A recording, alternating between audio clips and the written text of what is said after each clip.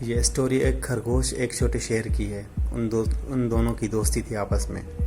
ایک زمانے میں ایک سرسبز شاداب جنگل کے دل میں لیو نام کا ایک چھوٹا شیر اور روبی نام کا ایک چھوٹا چالاک خرگوش رہتا تھا۔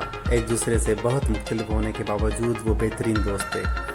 لیو ایک بہادر اور متجسس چھوٹا شیر تھا جو ہمیشہ جنگل کی تلاش اور نئی جگہ دریافت کرنے کے لیے بےتاب رہتا تھا۔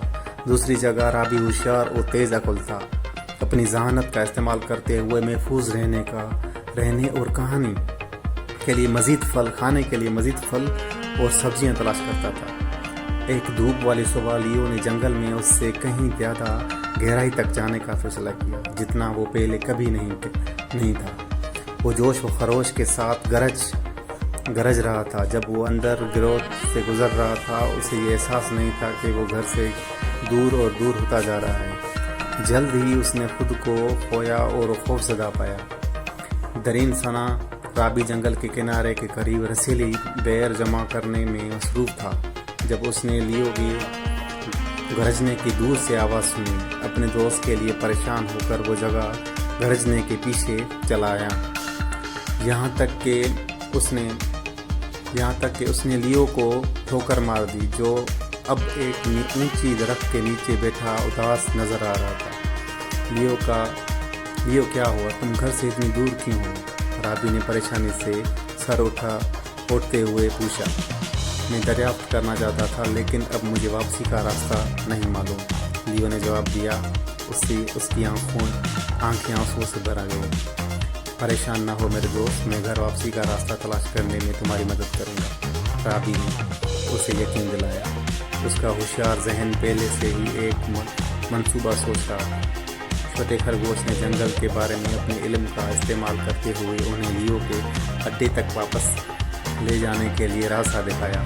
راستے میں انہیں بہت سی رکاوٹوں کا سامنا کرنا پڑا لیکن رابی کی تیز سوچ نے انہیں ہمیشہ پریشانی سے بچا لیا۔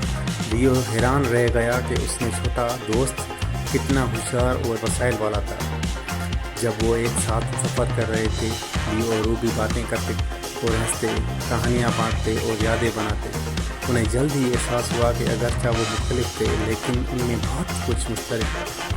ان کی دوستی پھول گئی اور وہ لازم و ملزوم ہو گئے۔ اس دن سے لیو اور روبی نے اپنا سارا وقت ایک دوسرے کا ساتھ گزارا، جنگل کی سیر کرتے ہوئے، گیمز کھیلتے ہوئے اور لذیذ کہانیوں کا اشتراک کیا۔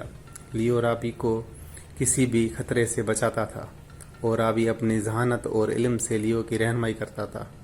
ایک دن جب وہ ایک پرسکون ندی کے پاس کھیل رہے تھے تو انہوں نے دیکھا کہ جانوروں کا ایک گروہ جھگڑ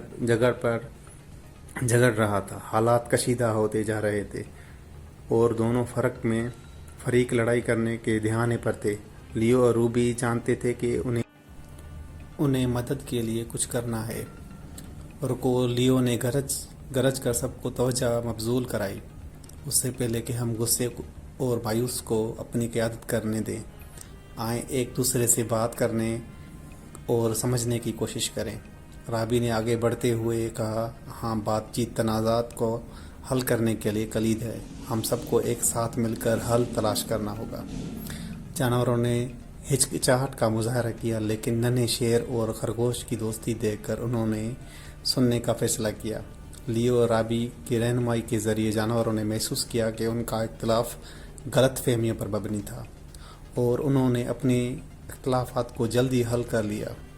لیو اور رابی کی دانشمندی اور دوستی کی خبر پورے جنگل میں پھیل گئی اور جلد ہی زندگی کے تمام شعبوں کے تعلق رکھنے والے جانوروں نے چھوٹے اور بڑے جھگڑوں کے لیے ان کا مشورہ طلب کیا۔ چھوٹا شیر اور خرگوش قابل احترام امن ساز بن گئے اور جنگل میں ہم آہنگی سے ترقی کر رہا تھا۔ جیسے جیسے وقت گزرتا گیا، لیو اور رابی کی دوستی مزید مضبوط ہو گئی اور وہ جنگل کو ساتھ تلاش کرتے رہے، مہم جوئی کرتے رہے اور امان اور تفہیم کا پیغام پھیلاتے رہے۔ اور اس طرح سرسبز اور متحرک جنگل کے دل میں چھوٹے شیر اور خرگوش نے دنیا کو دکھایا کہ حقیقی دوستی کی کوئی سرحد نہیں ہوتی، اور یہ کہ وہ مل کر دنیا کو ہر ایک کے لیے خوشی سے رہنے کے لیے ایک بہتر جنگل بنا سکیں۔ یہ کہانی یہاں پوری ہوتی ہے۔ آپ کو اچھی لگے تو چینل